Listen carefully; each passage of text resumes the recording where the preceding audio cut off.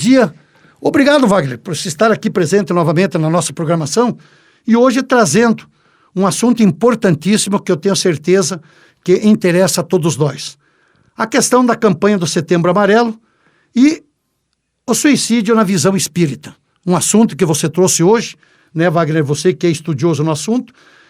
E por que hoje o Wagner nos traz esse assunto? Bom dia. Bom dia, Beto.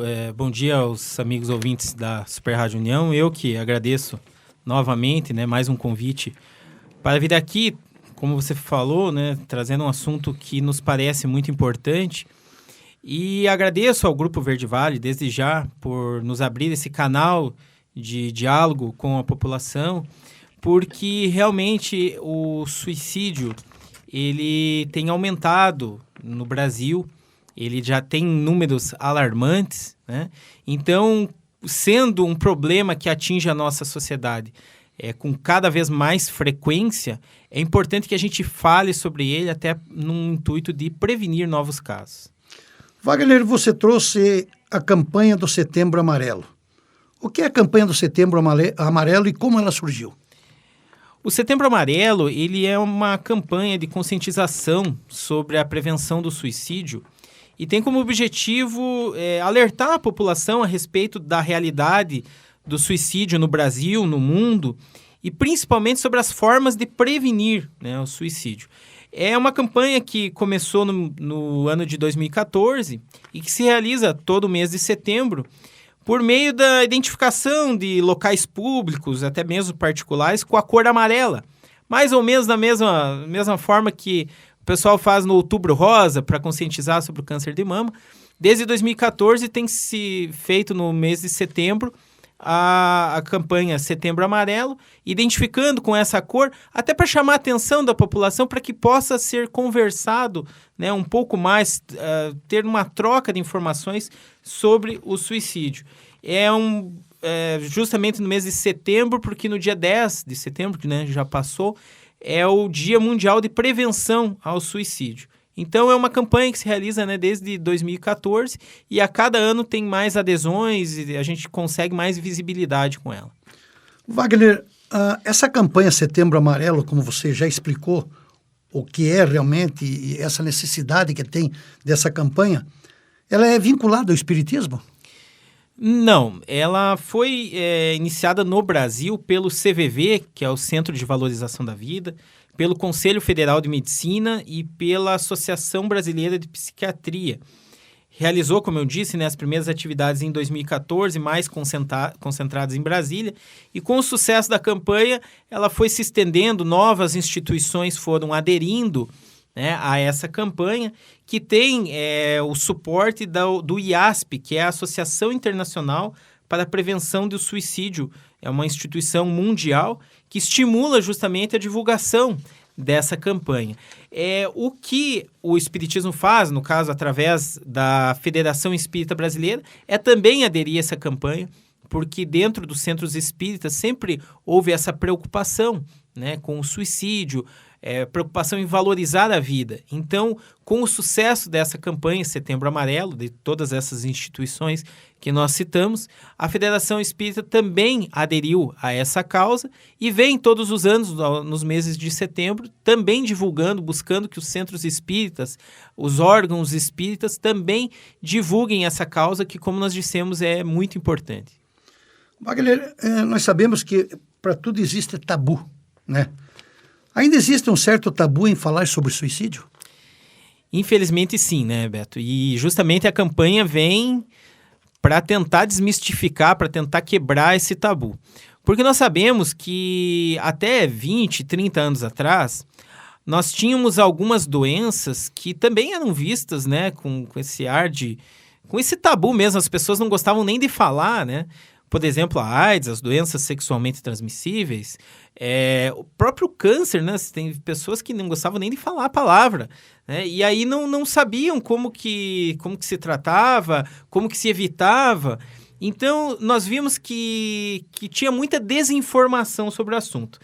E as vítimas dessas doenças aumentavam. Foi necessário todo um esforço coletivo, né? Pessoas corajosas, aí, organizações engajadas, justamente para quebrar esses tabus, para falar sobre o assunto, com o intuito, lógico, de esclarecer, de conscientizar e de estimular a prevenção a essas doenças para reverter esse cenário. E nós vemos que hoje, sobre essas doenças que nós falamos, hoje já há toda uma série de informações que as pessoas têm acesso, hoje já se fala abertamente nisso, né? E o suicídio, a gente vê que isso ainda tem as pessoas têm um preconceito, um medo de falar sobre isso. É curioso que até mesmo na imprensa, durante muito tempo, se evitava noticiar casos de suicídio com algum receio que isso estimulasse que ocorressem novos casos, que as pessoas vissem notícias e se sentissem estimuladas a praticar o ato. E nós sabemos que não é verdade isso, né? Então, a imprensa já mudou de patamar. Prova é hoje vocês aqui abrindo espaço para a gente falar sobre esse tema, que é delicado, né? É espinhoso falar, mas ele precisa ser falado, porque é conhecendo o que gera isso, o que leva uma pessoa ao suicídio, que a gente pode evitar, né, novos casos. A gente cita ainda outras doenças que estão mais na moda, né, como a gente fala, a dengue, o Zika, que se não é a conscientização que nós temos hoje sobre os cuidados que devemos ter para evitar a proliferação dos mosquitos, a situação, né, o cenário seria muito pior.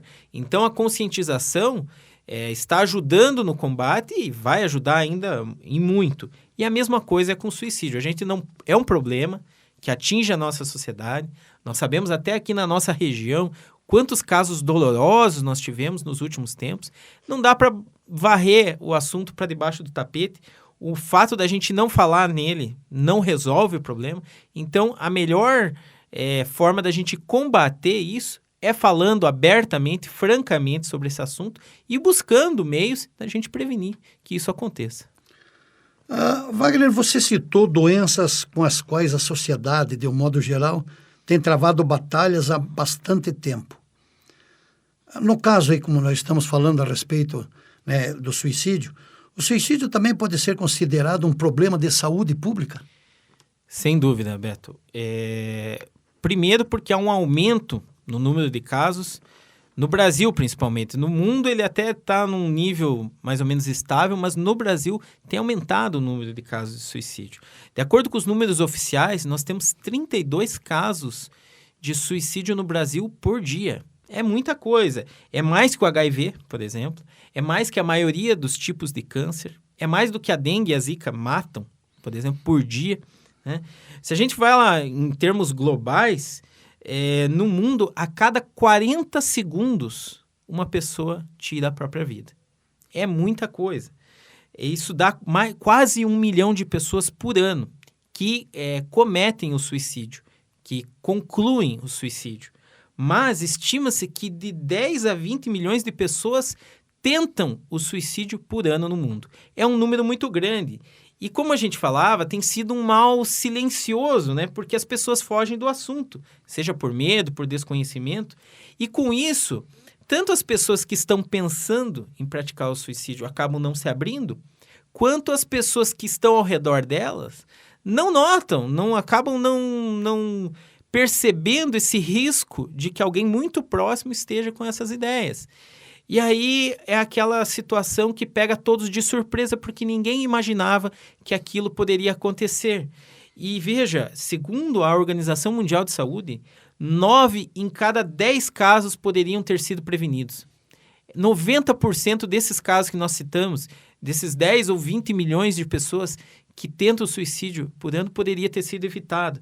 Então, para isso é necessário que a pessoa busque ajuda, mas também que as pessoas que estão ao seu redor estejam atentas para poderem colaborar, para poderem ajudar, para poder oferecer algo que leve essas pessoas a demoverem a ideia de praticarem esse ato, que é um ato extremo, é um ato que não tem volta, né, Beto? Exatamente. Wagner, eu não sei, de dentro dessa estatística que você deu, desses dados, você tem uma ideia qual o país ou qual estado que se leva mais ao suicídio?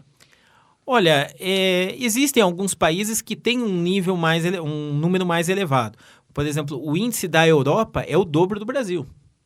Mas na Europa é um número que está, digamos, estabilizado. E no Brasil nós estamos numa crescente. Isso preocupa um pouco, né? Então, a gente sabe que tem algumas culturas que lidam de forma mais difícil com a frustração, com o fracasso, e aí as pessoas acabam tendo essa ideia suicida com mais frequência.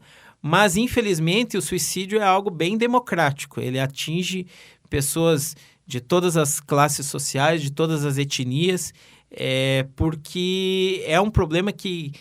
São vários problemas que levam a pessoa ao suicídio, e esses problemas acontecem, né? Podem acontecer com qualquer um de nós. Wagner, o que leva, eu tenho certeza que você vai explicar muito bem, uma pessoa ao atentar contra a própria vida, e existe um padrão de comportamento, alguma característica pessoal que faça com que determinadas pessoas tenham mais propensão à prática do suicídio?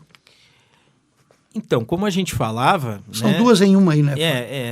Como a gente falava, todas as classes sociais, todas as idades, a gente observa casos de suicídio, inclusive até com mais frequência, ultimamente, entre os jovens, né? Então, não dá para estabelecer um padrão. Estatísticas mostram que ocorre mais em homens do que em mulheres. Talvez a explicação seja por questões culturais, questões de costumes, de até mesmo de preconceitos sociais, do homem se cobrar mais por algumas questões culturais, e tenha um índice pouco acima de suicídio do que entre as mulheres.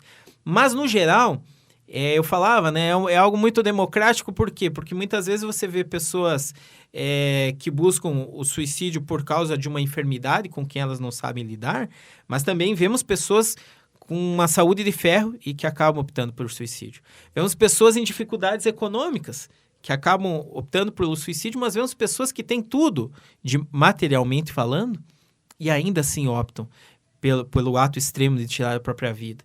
Então, não dá para estabelecer exatamente um padrão, de modo que você falasse assim, não, como, por exemplo, a dengue, né? Não, quem está lá no Rio de Janeiro tem mais chance de contrair a dengue, porque é mais quente, o mosquito prolifera mais lá do que aqui na nossa região. Infelizmente, não, eu estando no Rio de Janeiro, aqui, até tem alguns estudos que indicam que o clima, né, acaba interferindo, né, o clima... a característica da região, mas o que leva ao suicídio são vários fatores, e esses fatores podem estar presentes em vários locais, em várias classes sociais, em várias etnias. Como você me perguntava, né, o que leva a pessoa a cometer o suicídio? São vários motivos, e seria até presunção da nossa parte querer elencar todos aqui, certo. Porque é uma gama de situações que pode levar a pessoa a esse estado de desespero extremo, porque é um desespero extremo, né, a pessoa optar por interromper a sua vida.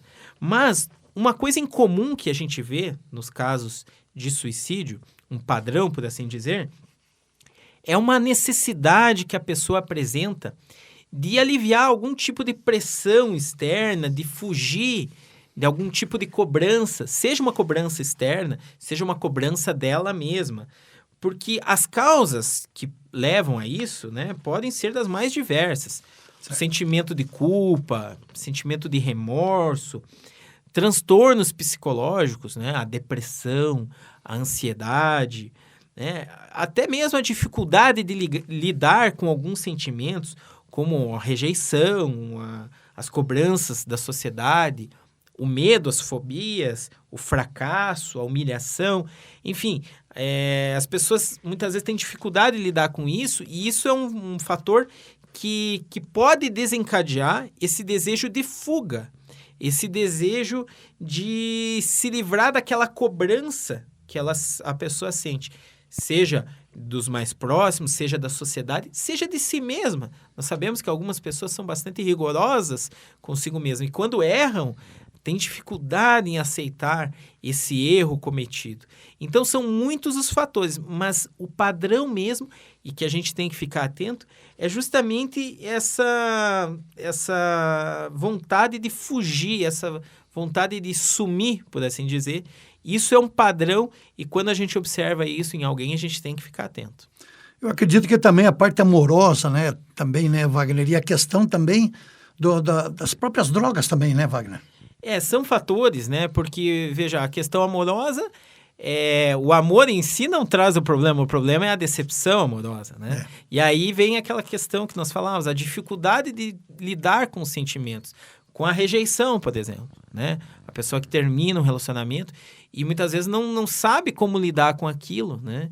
Então, é uma dificuldade com que, se ela não souber lidar, pode começar a alimentar essas ideias de que, já que eu não consigo superar essa dor, eu vou partir por uma válvula de escape, uma fuga. E a drogadição, sem dúvida, né? As dependências quase de todas as naturezas, mas a dependência química, principalmente, ela altera o estado de consciência, né? Altera o nível de consciência e aí a pessoa não raciocina de forma adequada. E muitas vezes esses distúrbios, né, vão causando, seja uma depressão mais severa, seja uma euforia, uma bipolaridade, e esse tipo de sentimentos, de pensamentos, acabam tumultuando a vida íntima da pessoa e podem, sim, como você bem observou, induzir a pessoa a praticar o suicídio. Programa Vale Tudo, sempre em nome da Servitral e também da Lubrifil. Nosso entrevistado de hoje, Wagner Cardoso Hort, analista judiciário da Justiça Federal e União da Vitória, bacharel em Direito pela Universidade Estadual de Maringá, especialista em Direito do Estado pela Universidade de Anhanguera, membro do Lar Espírita União de Porto União, onde atualmente exerce a função de coordenador de divulgação da doutrina espírita e monitor de grupo de estudo básico e avançado do espiritismo e também palestrante espírita. O Wagner, hoje nós trouxe aí dentro da programação Vale Tudo, né? Nós estamos conversando e falando a respeito da campanha Setembro Amarelo e também o suicídio na visão espírita. Wagner, a pessoa que comete o suicídio acaba afetando várias outras pessoas também. Isso realmente acontece, né? A gente sabe que, e o amigo ouvinte que, né, esteja nos acompanhando, que conhece algum caso de suicídio, sabe como isso afeta as pessoas ao redor, né? Estima-se que de cada suicídio, de 6 a 10 pessoas são diretamente impactadas, né? Sofrendo sérias consequências difíceis de serem reparadas, porque é um abalo emocional muito grande para as pessoas que estão ao redor, a família, os colegas de trabalho, os amigos. E às vezes é até um contrassenso, né? Porque, veja só, a pessoa que está pensando no suicídio, muitas vezes ela até alimenta na sua mente um ideal, ou ela acha que é um ideal nobre, porque ela acha que ela está atrapalhando determinado grupo familiar, né? Ou assim, eu não estou servindo para esse grupo social, eu não estou sendo reconhecido, as pessoas não vão sentir a minha falta, eu não quero atrapalhar mesmo, eu vou me retirar. E veja que o efeito é justamente o contrário. Por quê? Porque as pessoas sempre têm aquelas pessoas que gostam, né, de você, que gostam desse grupo, e elas vão ser abaladas. Então, o indivíduo tem o interesse de não atrapalhar, mas ele atrapalha, porque as sequelas, principalmente para os familiares mais próximos, são duradouras. Há casos também que a gente vê pessoas em dificuldades financeiras e que não suportam essas dificuldades por ver, muitas vezes, até a família passando necessidade e decidem, né, cometer esse ato extremo. E o efeito é justamente o contrário, porque se estava difícil com ele, sem essa pessoa vai ficar ainda mais difícil para os que ficam. Então, sim, afeta muitas pessoas. O estudo diz de 6 a 10, mas são as mais diretas, porque várias outras pessoas podem sentir esses efeitos. E, logicamente, é um ato falho da pessoa mesmo achar que vai melhorar a vida de alguém saindo desta forma tão abrupta, tão traumática da vida das pessoas. A velhice também pode ser incluído, Wagner? Olha, até antigamente nós tínhamos mais casos, né, de pessoas numa idade mais avançada, mas hoje, infelizmente, não digo infelizmente, né, mas curiosamente até, né, de certa forma, o que a gente vê são jovens cada vez mais praticando suicídio. Porque talvez até estimulado pelas políticas de apoio à terceira idade, a pessoa que chega nessa idade ela já não se sente mais tão deslocada, porque há coisas para ela, é lógico que é uma fase mais difícil, principalmente estimula muito mais cuidados com a saúde, a parte financeira, como a pessoa não está em plena atividade, fica um pouco prejudicada, né? Mas hoje a gente tem mais políticas inclusivas da terceira idade e tal. Então, há também casos, né? A gente não pode negar. Mas, infelizmente, a gente vê pessoas jovens hoje em dia, né, que, na busca de algum sentido na vida ou por algum tipo de vazio existencial, acabam mesmo indo para um caminho assim de ficarem realmente desnorteadas, sem saber para onde ir. E realmente, por incrível que pareça, pessoas que nos parecem, né, numa primeira vista, é lógico que a gente não está lá na mente da pessoa, não sabe o que ela vivencia, mas às vezes a gente vê uma pessoa que aparentemente tem tudo na vida e é surpreendido por um caso desse. Então, por isso que a gente precisa ter atenção, desde os jovens, desde os adolescentes, para prevenir esse tipo de situação. Wagner, é evidente que você, tendo uma visão, é muito mais fácil de você conseguir até auxiliar essa pessoa. Mas quais são os sinais que uma pessoa com ideia suicida apresenta, Wagner? E como reconhecer isso para poder auxiliar alguém e prevenir o suicídio?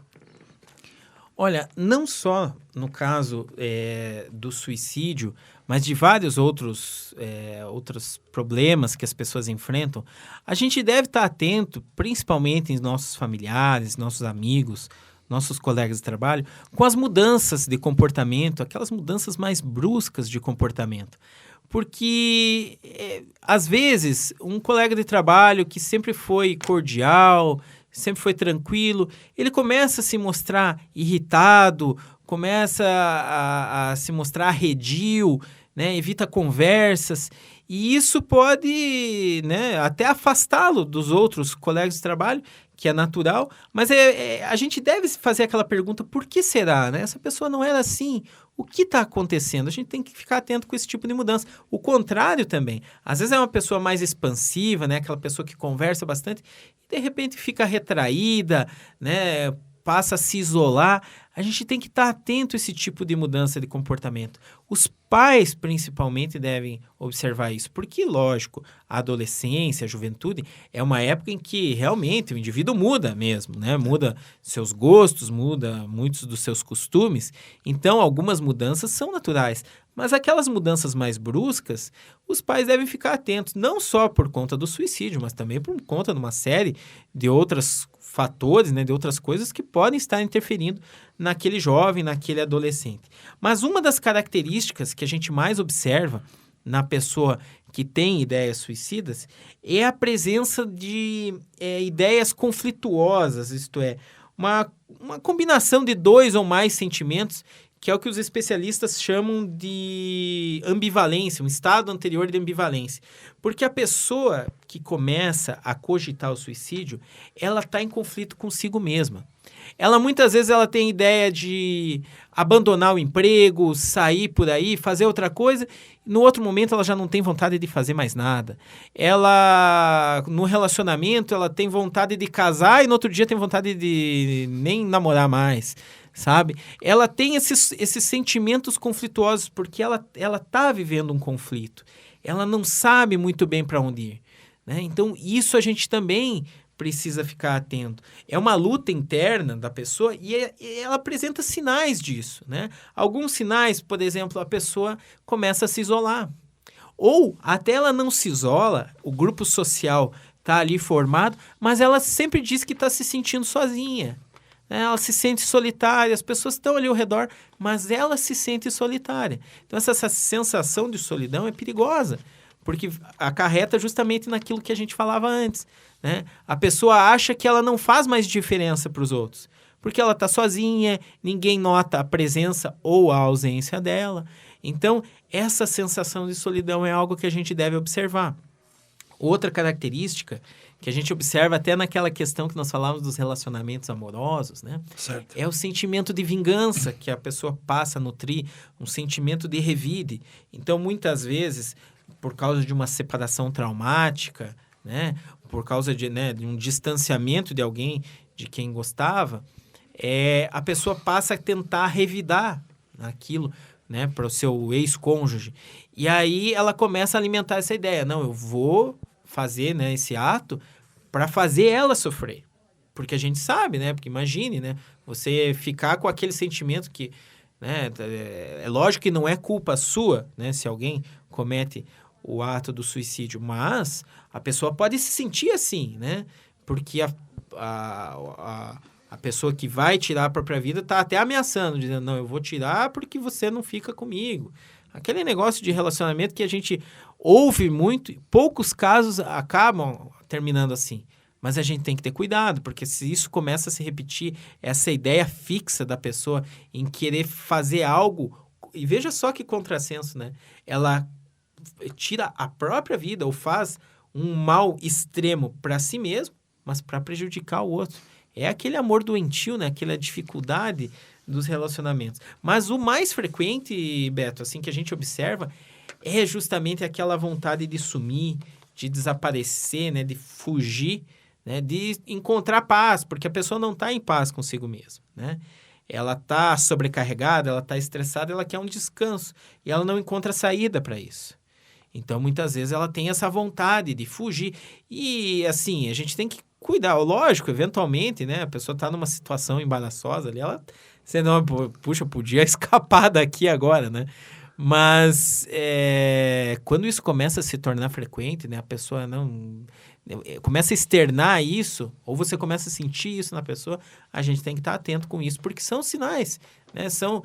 Como a gente falou, é algo silencioso. Se a gente não observar esses pequenos detalhes, né? Essas pequenas mudanças de comportamento, a gente corre o risco, sim, de ser surpreendido negativamente, né? Com um ato desse. Podemos dizer que é considerado uma atitude covarde de uma pessoa fraca diante dos problemas, Wagner? Olha, eu acho complicado a gente fazer comparativo. Essa qualificação, dizer, né, que a pessoa é fraca, que é um ato covarde. Logicamente, né, a gente quando está perante um problema, perante uma dificuldade, nós temos a escolha de desistir ou de ir em frente. E tem, lógico, pessoas que têm mais determinação, que conseguem ir mais além, né? Essa semana mesmo nós estamos terminando as Paralimpíadas, né? Que exemplo de superação, né? Desses heróis, dessas pessoas que mesmo com todas as dificuldades seguiram em frente, estão aí, né? Superando as dificuldades que a vida reservou para eles. Mas daí a dizer, né, que são pessoas fracas, que são... Eu tenho um pouco de resistência a qualificar dessa forma, porque a gente não sabe realmente o que passa na vida da pessoa. Agora, que há um equívoco, há. Por quê? Porque a pessoa está diante de um problema, de uma dor, e ela quer acabar com aquilo. E isso é natural no ser humano. Todo mundo que sente alguma dor ou que tem algum problema vai tentar pensar em soluções para resolver isso. Agora, a pessoa chega a um nível que ela confunde a dor, o problema, consigo mesma. Então, ela quer acabar com o problema, mas ela acaba com a vida toda. É a mesma coisa, eu tô com uma unha encravada no pé, eu amputo meu pé, né? Não é compatível, não é proporcional, né? Então, assim, eu tô com um problema, eu retiro todo o potencial de vida que eu tenho, né? Eu abdico da chance de superar esse problema de outras formas. Porque sempre tem alguma solução. Pode demorar, pode ser custoso, pode ser doído, mas sempre tem. Agora, se eu evito isso através do suicídio, eu abro mão de tudo aquilo que eu poderia ter de bom também a vivenciar. Então, realmente, é difícil a gente qualificar porque a gente não está na pele do outro, mas sempre vale a pena a gente insistir um pouco mais, por mais difícil que pareça, né, os nossos problemas. Wagner, existem pessoas que, mesmo não cometendo esse ato extremo do suicídio, elas alimentam em si mesmo essas ideias de vontade de sumir, de desaparecer?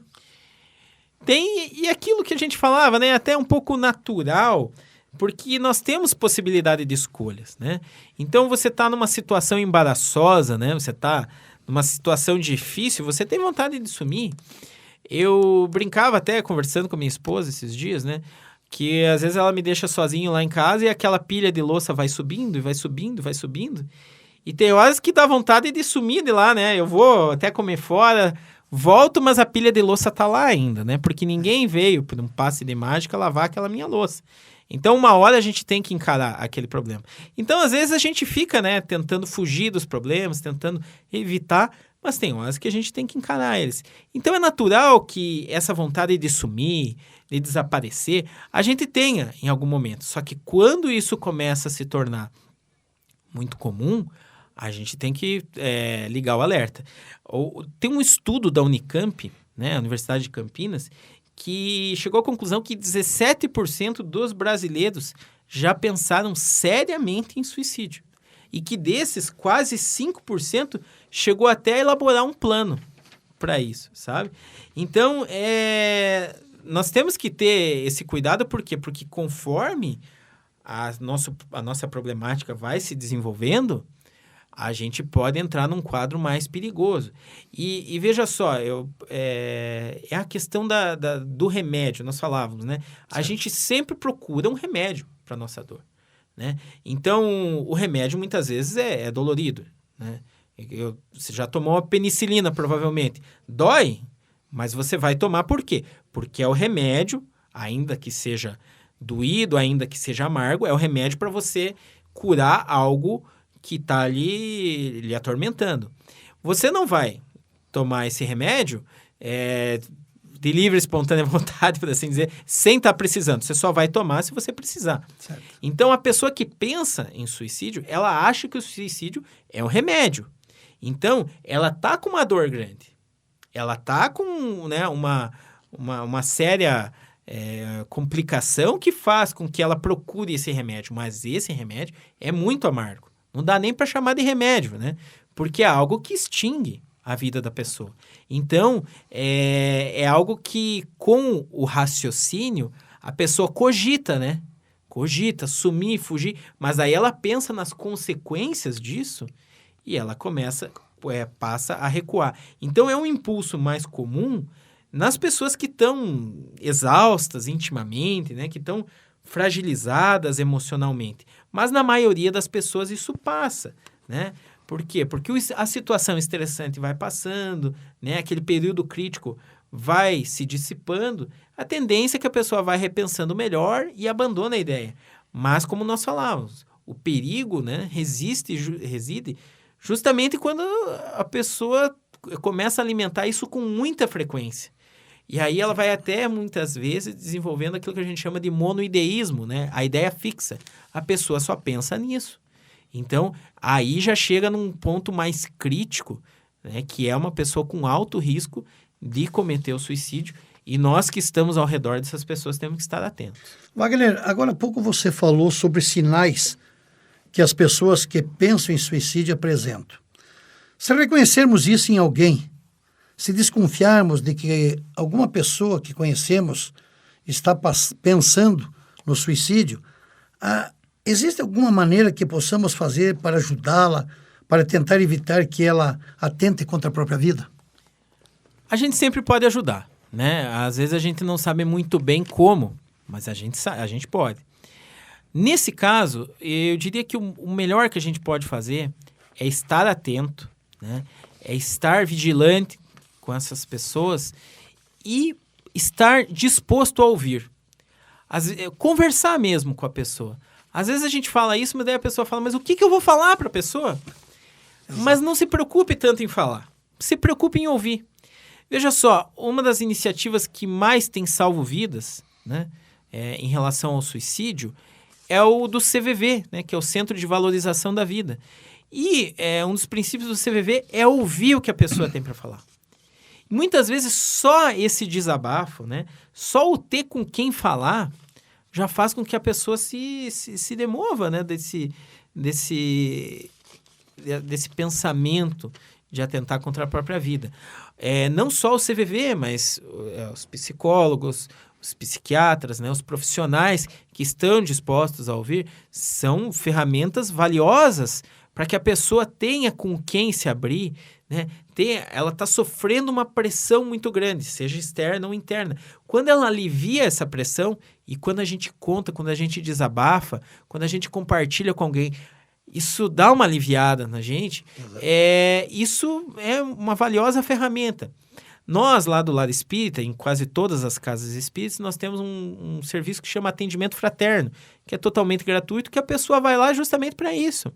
Para conversar, para falar dos seus problemas, lógico, a gente vai dar ali, eventualmente, alguma orientação, né, ligada à doutrina espírita, mas até mesmo nas outras religiões, eu tenho certeza, né, que as pessoas encontrarão alguém disposto, alguma pessoa disposta a ouvir.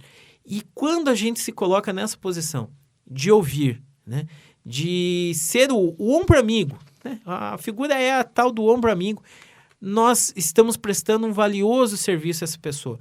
Talvez o fato de... A gente não precisa nem falar nada.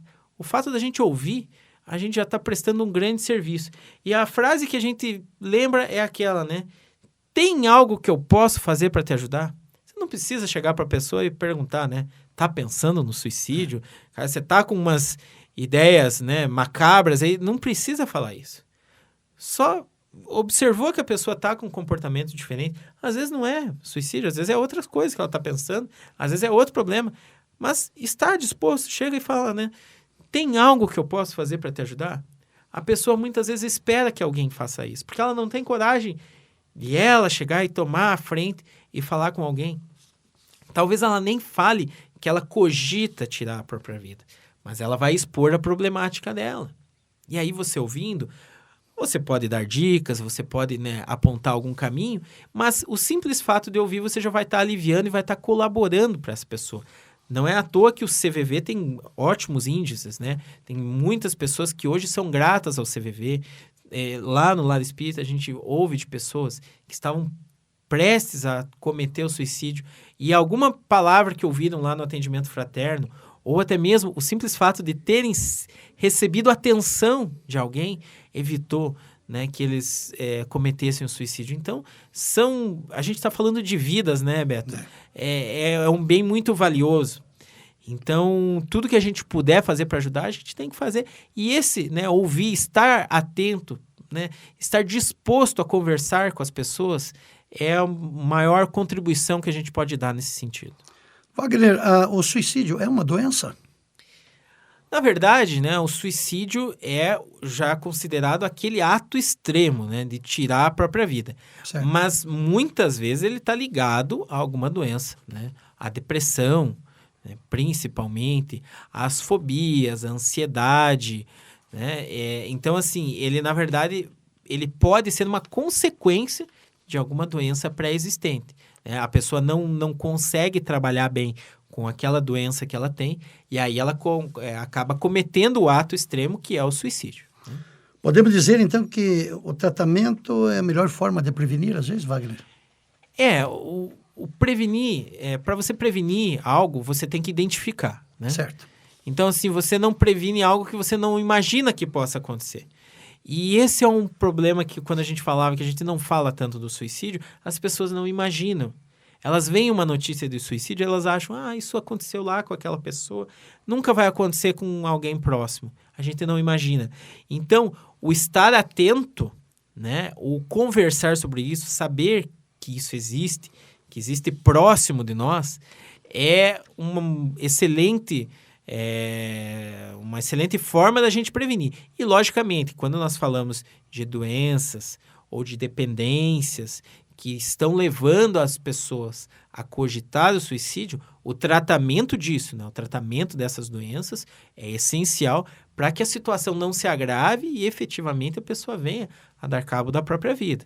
Então, se a pessoa viu que a pessoa tem depressão, está diagnosticada, está fazendo tratamento, não está melhorando, pelo contrário, ela vê que está piorando, ela tem que procurar novos recursos, né? Ela tem que falar com o seu médico, tem que procurar meios de reverter isso para que não chegue numa situação extrema, uma situação limite que possa fazer com que ela opte, né, por esse ato tão doloroso e tão extremo, como a gente vem falando, que é o suicídio.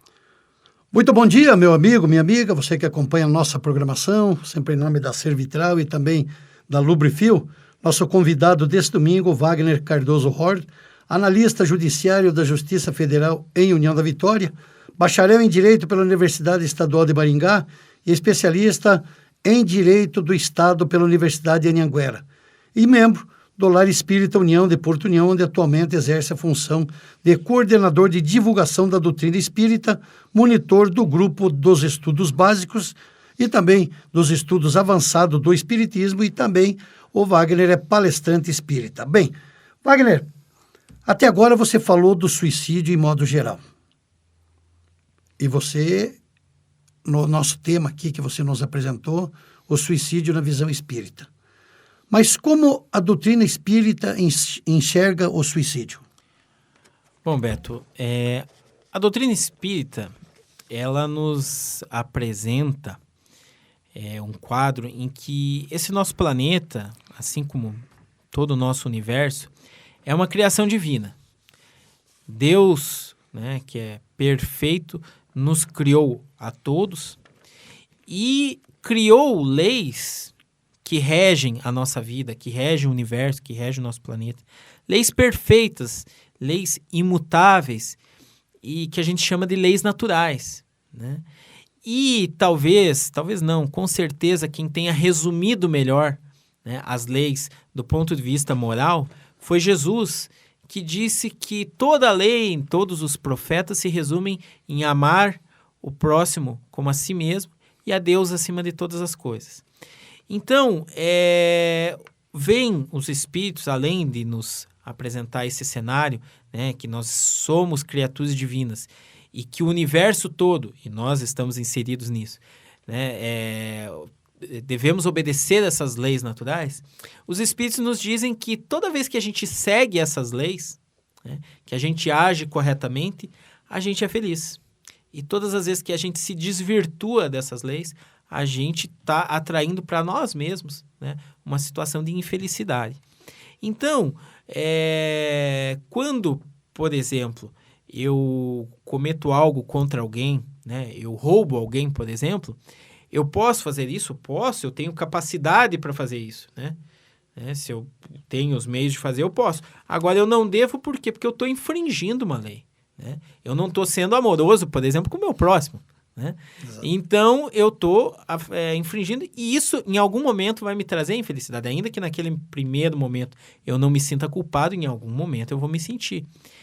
Quando nós falamos de suicídio, nós encaramos o suicídio como, sim, uma infração às leis divinas, como tantas outras que a gente pode cometer. Mas o suicídio, ele é bastante doloroso, bastante grave. Por quê? Porque eu consigo descumprir essa lei de amor completamente. Eu não amo a Deus acima de todas as coisas porque eu desconfio de Deus. Não é o fato de desconfiar, mas é o fato de eu não dar valor à vida que Deus me concedeu. Eu não amo o próximo porque eu ou não me preocupo, ou mesmo me preocupando, eu não valorizo o sentimento daqueles que me rodeiam e que vão sofrer com esse meu ato. Mas, acima de tudo, eu não amo a mim mesmo. Porque amar o próximo como a si mesmo, você tem que se amar também. Tem que valorizar a sua vida. E o que ocorre com isso? Quando a gente descumpre uma lei aqui na Terra, por assim dizer, a gente está sujeito à sanção, né? Se eu roubar alguém, eu vou ser processado, posso ser preso, enfim. Quando eu descumpro uma lei divina, uma lei natural, eu também tenho que sofrer as consequências, né? Assim como quando eu cometo um ato bom, eu tenho mérito pelo ato que eu cometi. Mas se eu cometo uma falta, eu sofro as consequências. Só que a gente desmistifica essa ideia de céu e inferno. Então, a pessoa, por exemplo, que comete um crime ou o suicídio, né, ela estaria condenada eternamente ao inferno. A gente não concebe dessa forma, porque Deus, acima de tudo, é amoroso. E um Deus amoroso não pode abandonar seus filhos, né? Então, ele dá novas chances, só que nós temos que ser responsabilizados, né? Então, a pessoa que comete o suicídio, né, ela vai ser responsabilizada como qualquer outra pessoa que comete um crime, como qualquer outra pessoa que se desvirtua das leis, vai ser responsabilizada. Mas quem vai julgar ela é um tribunal muito rigoroso, sabe, Beto? Que não é nenhum desses tribunais da terra e também não é uma comissão de anjos, nada. É um tribunal impiedoso que é o tribunal da nossa consciência. Porque essa não escapa a nada. Pode perceber que quando você faz algo errado, quando nós fazemos algo de errado, a nossa consciência dá aquela pesada, porque você sabe que você não devia ter feito. Então, as menores coisas, né? Você vai lá receber um troco do caixa, o caixa te dá um dinheiro a mais e você não fala nada. Você sai dali, por mais que num primeiro momento você possa até ter se sentido alegre, me dei bem, mas em algum momento vai vir aquele peso na consciência, puxa vida, eu prejudiquei alguém, esse dinheiro não é meu. Né? Você começa a se cobrar por isso, né? E não precisa ninguém ter visto, né? Porque às vezes ninguém viu, o caixa não percebeu, ninguém viu, mas você viu, você percebeu.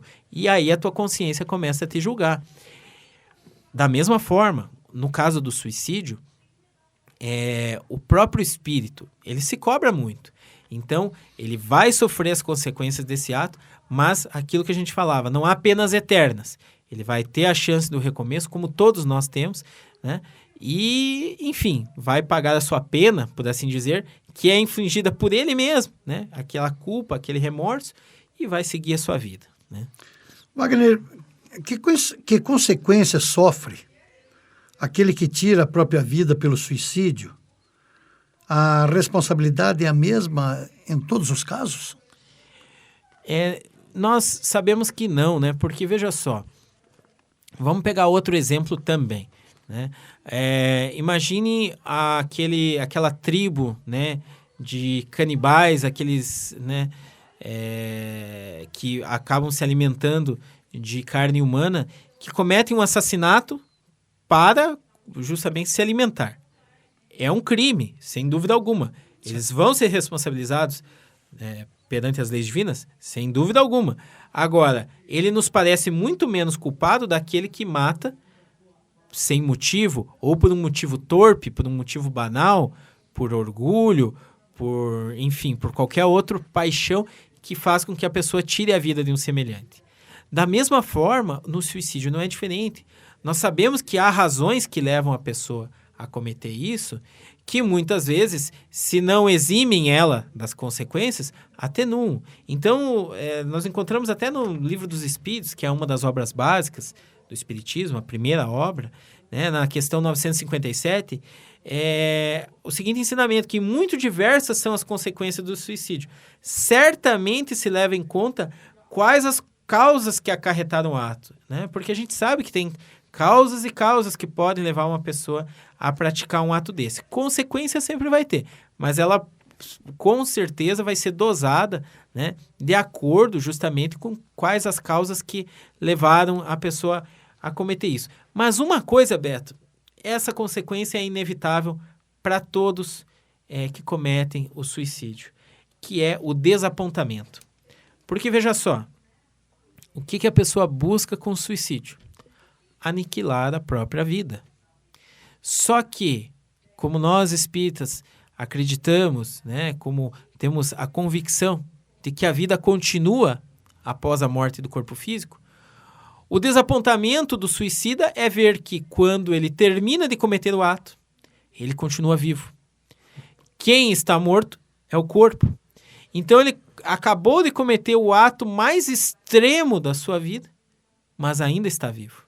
Então, se ele buscava uma fuga de seus problemas, isso não aconteceu. Por quê? Porque os problemas continuam. Só ele está... Imagina, se ele estava em dificuldade financeira, ele agora... E antes podia ajudar a família. Agora a família continua em dificuldade financeira e ele não pode mais ajudar, né? Se ele via algum relacionamento amoroso, né, que, né, acabou de forma que ele não gostaria, ele vai continuar vendo aquela pessoa, continuar sentindo e não pode mais interagir com ela. Então vejam que é uma consequência inevitável. E aí é que ele vai perceber a necessidade de recomeçar. Só que até ele ter essa concepção de que há como recomeçar, nós espíritas acreditamos na reencarnação, que é uma forma, né, da pessoa vir e ter novas experiências, até ela conseguir ter a capacidade mesmo, né, de planejar uma nova existência, ela passa muitas vezes, né, muito tempo ainda sofrendo as consequências desse ato e esse desapontamento, porque queria fugir, né, da vida, queria sumir. E isso a gente não consegue, porque somos espíritos imortais, é uma lei divina e quem fez a lei, né, que é Deus, ainda não nos deu o poder para revogar esse tipo de lei. Wagner, mas então, com o suicídio, a pessoa, em vez de resolver os seus problemas, de se livrar de suas dores, acaba aumentando tudo isso?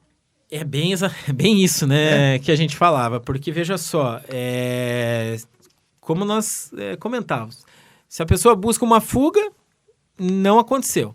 Se ela busca sumir, também não. Se ela buscava apenas lesar alguém, ela até lesou, mas ela lesou muito mais a si mesma. E tem que conviver com as consequências disso em si mesma. Então, quando nós falávamos lá, comparávamos como um remédio, né, que a gente até se submete a um remédio dolorido, amargo, desde que ele faça efeito, né? O suicídio, de acordo com a doutrina espírita, a gente vê que ele é um remédio ineficaz, porque ele é amargo, né? Ele é dolorido e não resolve. Não resolve o problema da pessoa. Então, isso que para nós espíritas é tão importante divulgar todas essas campanhas, né, de prevenção ao suicídio. Porque a gente imagina que se as pessoas soubessem disso, né, se a maioria das pessoas acreditasse nisso, muitos suicídios seriam evitados. E a gente até fala comumente na doutrina espírita que nós não temos aquela pretensão de dizer o que as pessoas devem ou não devem fazer, né? O que as pessoas podem ou não podem fazer. Né? O apóstolo Paulo, né, Paulo de Tarso, dizia com muita propriedade que tudo me é lícito, mas nem tudo me convém. Então, eu posso fazer? Posso. É aquele exemplo que eu tinha dado. Eu posso cometer um crime? Eu posso. Se eu conseguir, eu posso. Só que eu tenho que saber que aquele crime vai me gerar uma consequência. Eu posso atentar com a minha própria vida? Se eu consigo? Sim, pode. Mas eu tenho que saber que aquilo vai me trazer uma consequência e que essa consequência é muito dolorosa, tanto para mim quanto para aqueles que me rodeiam. Essa compreensão, essa noção exata da espiritualidade, de que a vida continua, eu tenho certeza, faria muitas pessoas desistirem da ideia do suicídio. Mas, Wagner, você agora falou que a vida continua. Isto é, se aqueles que praticaram o suicídio continuam vivos como espírito, como nós podemos ajudá-los? Então, porque a gente falava até agora há pouco, né? Certo. Em como ajudar as pessoas para elas não cometerem o suicídio, né? Agora, a gente fala também, né, para muitas pessoas aqui na rádio, que talvez tenham convivido, né, tenham passado por algum problema doloroso, né? Tenham um suicídio na família, né, no grupo de amigos, e podem se perguntar justamente isso que você nos questionou. Porque se a vida continua, né, se esses irmãos que se suicidaram continuam vivos, nós ainda podemos ajudar? E a resposta é sim, nós podemos, principalmente por meio da oração, né?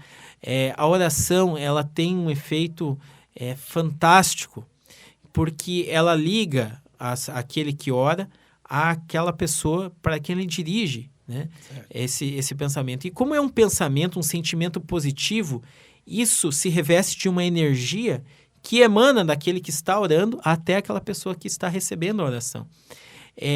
Entre nós, encarnados, vivos, né, se preferirem dizer assim, os efeitos da oração já começam a ser sentidos. Há estudos que vinculam uma recuperação melhor às pessoas que recebem mais orações, sabe? Até nos Estados Unidos houve um estudo, né, de que eles verificaram, separaram uma ala de pacientes que tinham mais religiosidade e outros menos, e viram que aqueles que oravam ou que a família orava tiveram uma recuperação melhor daqueles que não.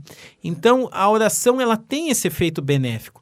E, sabendo que esses irmãos só estão em outro plano da vida, mas estão vivos, esse laço, esse elo que se forma a partir da oração, ele continua valendo. Então, um modo de nós ajudarmos eles é a oração. Eu me recordo da obra Nosso Lar, de André Luiz, que é um dos livros espíritas mais conhecidos do público em geral, até virou filme, que o protagonista, André Luiz, ao desencarnar, ele descobre que algumas pessoas oraram por ele e que isso fez muito bem para ele, sabe? Só que ele não era uma pessoa muito ligada a isso e também não tinha tido uma vida muito correta. Então, poucas pessoas oraram por ele. Na verdade, foi a mãe, porque mãe nunca desiste da gente, né? A mãe havia orado por ele e uma paciente que ele atendia com muita má vontade, ele mesmo admite, no final do expediente, porque ela não tinha condições de pagar, mas ele atendia, ele era médico, atendia lá no final e ela era muito grata a ele por isso. E ela orava, e essas orações, ele percebe que fizeram um bem fundamental a ele no seu período de recuperação, quando ele passou para a vida espiritual. Então, a oração ela tem efeitos concretos, efeitos realmente muito benéficos. Mas há outras coisas que a gente precisa ter em mente. Porque, vejam só, nós temos a tendência a ficar muito desapontados com as pessoas que se suicidam, né? Porque, veja, se é uma pessoa próxima de nós, a gente vai ficar pensando, por que não se abriu comigo? Né? Por que não me contou? Por que né? A gente fica elaborando essas questões. E isso, a gente tendo a noção de que o espírito continua próximo de nós, isso deve atormentar a pessoa, porque ela também pensa, puxa, por que eu não falei com ela? Por que eu não me abri com ela? Então, um caminho também é o perdão, é a gente perdoar esses irmãos que cometeram esse ato. Porque se foi um crime, se foi uma infração, cabe a Deus julgar, não cabe a nós. E da nossa parte, se nós o perdoarmos, veja como deve ser difícil para ele se perdoar. Então, se ele já tem o nosso perdão, se ele já tem o nosso desejo de que ele siga em frente, já é algo de muito positivo que a gente pode fazer para ele, porque ele vai ter um recomeço em algum momento e com o nosso perdão, com a nossa boa vibração, com a nossa oração, é algo de muito positivo que nós podemos fazer para a pessoa que já cometeu esse ato. Wagner, após sofrerem as consequências pelos seus atos, os suicidas terão uma segunda chance? Graças a Deus, né, Beto? Todos nós teremos. Porque certo. Vejam só, no Brasil nós não temos prisão perpétua, não é verdade? Então imagine que um condenado paga a sua pena no Brasil, no máximo 30 anos que a pessoa pode ficar presa. Ela paga a sua pena, ela não deve mais nada para a sociedade, deu os 30 anos e ela continua presa. Né? Não tem sentido. Ela é colocada em liberdade. Né? Por quê? Porque ela cometeu um crime, ela foi julgada, foi responsabilizada e pagou o preço por isso, pagou a sua pena. E depois ela segue a sua vida. As leis divinas não poderiam ser piores que as nossas leis humanas. Né? Até porque as nossas leis, muitas vezes, não nos parecem muito boas. Mas as leis divinas são perfeitas. Então é óbvio que a pessoa que cometeu uma infração, o espírito, né, que errou, ele paga pelo seu erro e depois ele vai seguir em frente. A reencarnação é um mecanismo para que ele possa ter uma segunda chance, para que ele possa reparar o mal que eventualmente tenha cometido contra os outros e contra si mesmo. Então é uma nova chance, é um recomeço.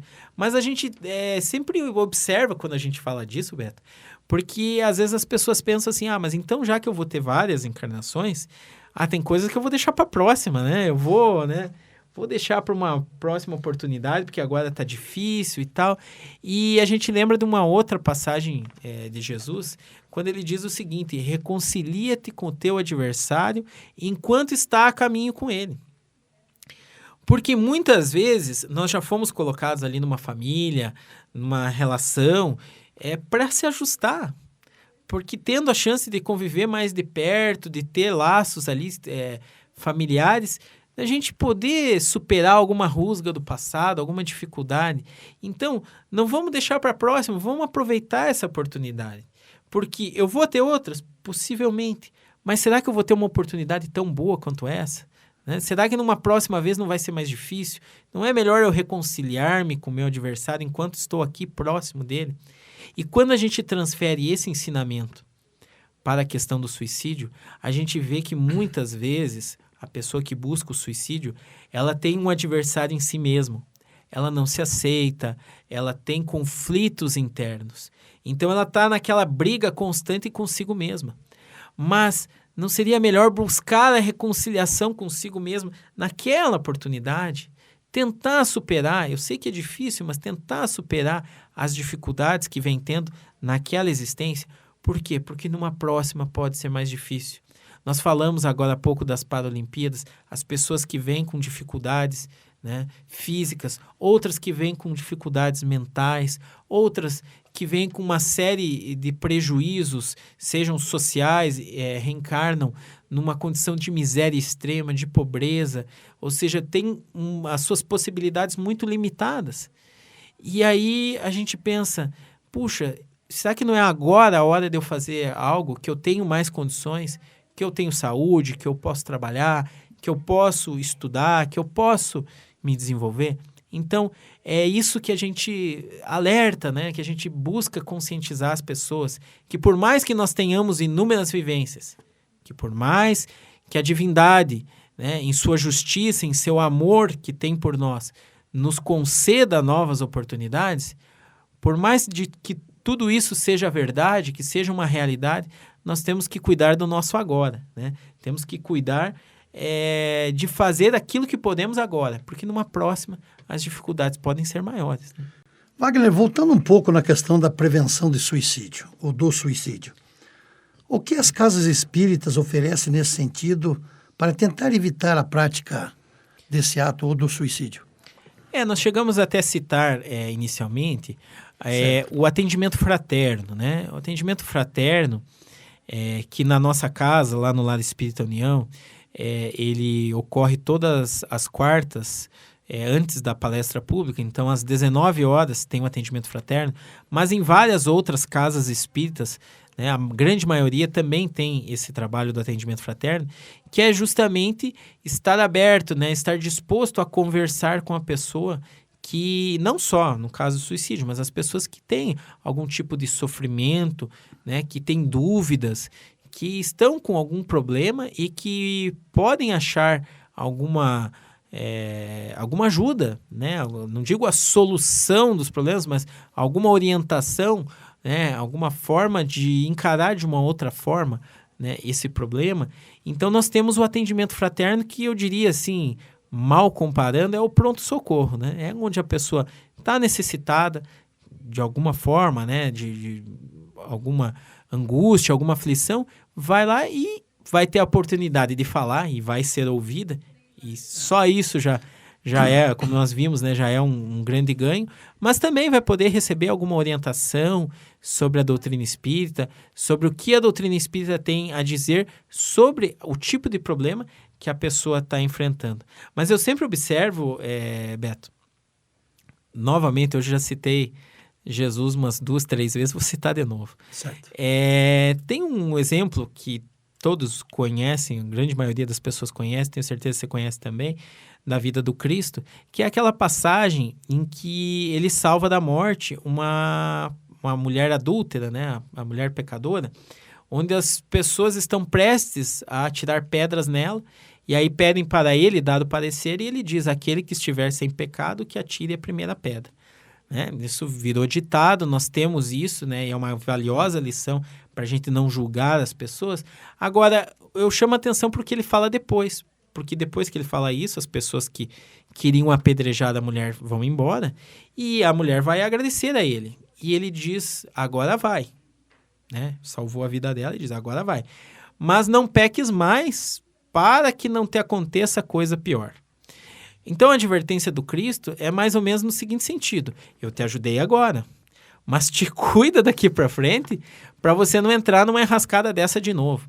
Então, por que eu estou falando isso agora? Porque a gente acolhe as pessoas no atendimento fraterno, como muitos de nós, espíritas, fomos acolhidos num momento de aflição no atendimento fraterno, e algumas pessoas recebem realmente algum ensinamento, alguma palavra, algo que as conforte. Mas a gente se preocupa com o além, né? Com o prosseguir dessa pessoa. Porque muitas vezes os problemas que a pessoa apresenta são decorrência do seu dia a dia, das suas atitudes, dos seus comportamentos, dos seus pensamentos, que geram esse transtorno. A pessoa recebe o alívio, né? O pronto-socorro, recebe o medicamento, por assim dizer, melhora, mas se continuar agindo da mesma forma, logo adiante, novos problemas a esperarão. Então, para isso, as casas espíritas sempre oferecem a palestra pública, os estudos da doutrina espírita, as reuniões de estudo, justamente para as pessoas poderem se fortalecer nesse conhecimento, né? Receber esse amparo, essa instrução que vai prevenir, né, novos acontecimentos que possam, como a gente falava, né, levar a ideias suicidas. Então, nós recomendamos às pessoas lá no Lar Espírita União, toda quarta e todo domingo nós temos as palestras públicas, em diversos dias nós temos estudos, as pessoas que forem lá, né, podem se informar a respeito dos horários, que é justamente para a pessoa ir se fortalecendo, poder ter um pouco mais de segurança no caminhar, no proceder. Porque às vezes vem aquela ideia suicida, ela recebe atendimento, consegue se demover daquela ideia, mas daqui a pouco pode vir outra. Então, é preciso que as pessoas estejam atentas, continuem procurando. Nós estamos aqui falando do Espiritismo porque é a nossa crença. Nós sabemos que muitos dos nossos ouvintes, nesse momento, também simpatizam com o Espiritismo. Agora, se a pessoa tem outra religião, também é importante, né? Buscar na sua religião, na sua filosofia, né, algum conhecimento, alguma coisa que a conforte para que ela siga no seu caminhar de forma mais segura, evitando essa enrascada do suicídio. Wagner, nós sabemos que uma das causas aí que leva ao suicídio é a depressão, que infelizmente é uma doença cada vez mais comum, né, Wagner? O amigo também que está nos acompanhando, a amiga sabe disso. Neste caso, o Espiritismo também colabora ou é indispensável o tratamento médico ou psicológico? O Espiritismo colabora sim, Beto. A gente pode auxiliar as pessoas, mas a segunda parte da pergunta é verdadeira também. É indispensável o acompanhamento médico, né? Então, as pessoas que nos procuram na casa espírita e já estão em tratamento, seja por terapias, seja tratamento medicamentoso, né? Acompanhamento psiquiátrico, psicológico, nós de forma alguma vamos dizer para ela abandonar o tratamento que ela está fazendo e se entregar somente ao tratamento espiritual. De forma alguma. Mas a gente pode complementar isso. Porque nós sabemos, como nós falávamos, somos seres espirituais. E muitos dos problemas que nos acometem têm origem espiritual.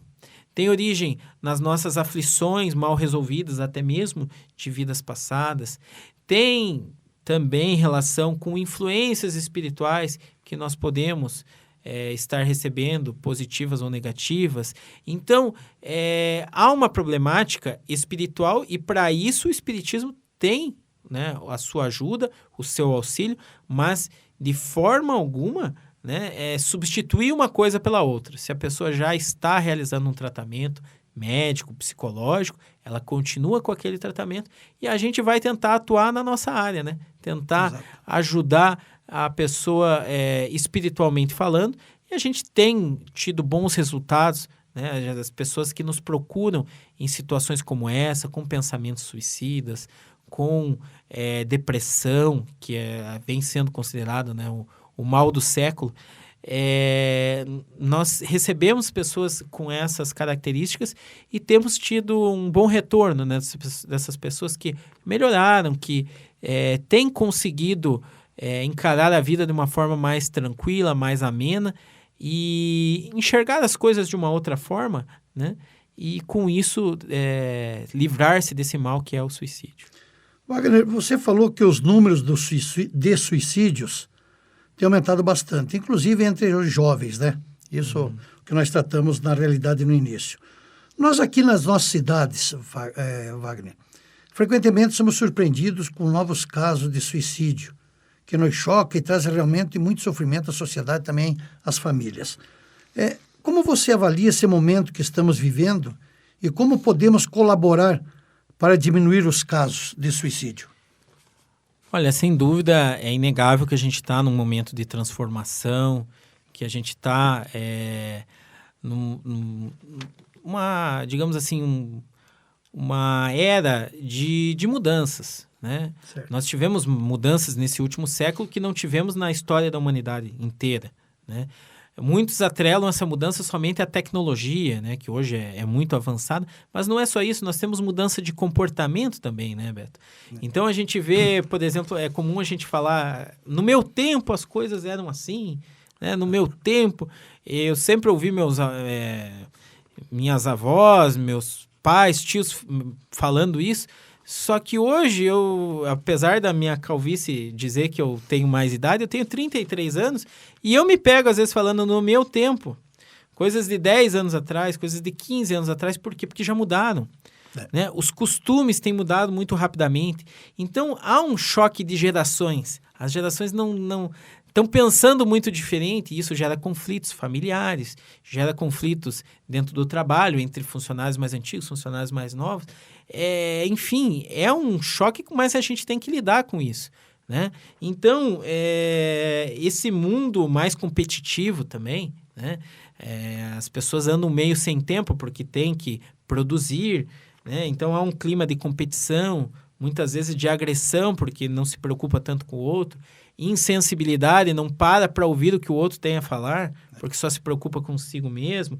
Isso tudo é um campo fértil para os transtornos emocionais, muitos dos quais nós já citamos, né? Depressão, ansiedade, a bipolaridade, né?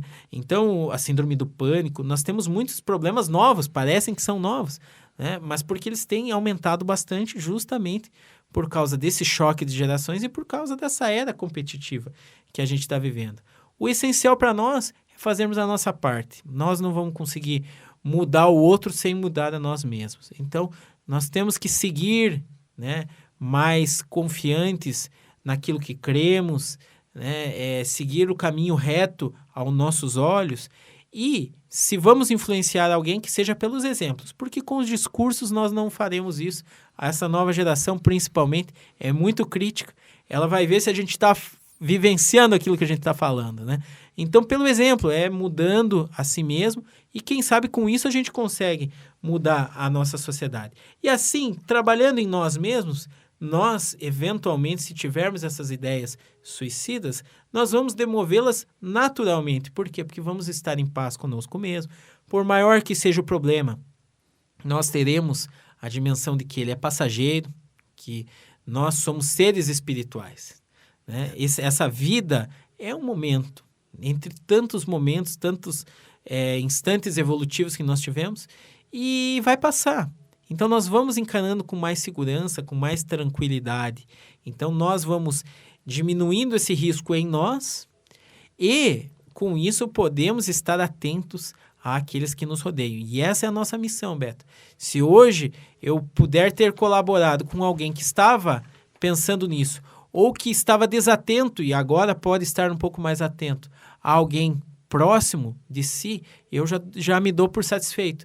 Porque muitas vezes a gente vai vivendo, como a gente fala, esse mundo tão corrido, tão competitivo, e às vezes a gente não presta atenção ao nosso redor e às vezes o problema está muito mais perto do que a gente imagina.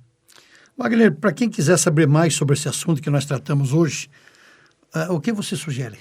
Bom, sobre o suicídio em geral, sobre a campanha Setembro Amarelo, eu sugiro ao pessoal de casa, quem quiser saber um pouco mais, tem o site, né, setembroamarelo.org, www.setembroamarelo.org, que tem muito material, muitas informações.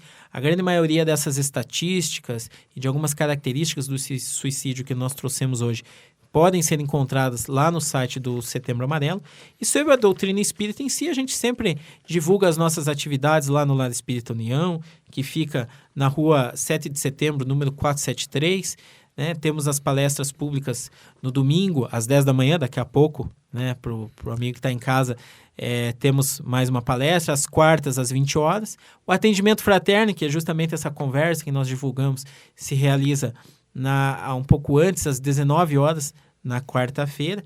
Tá? E, aproveitando para divulgar, no próximo domingo nós vamos ter uma palestra sobre o suicídio na Visão Espírita, com a nossa companheira Eliane Marcos Witt, tá?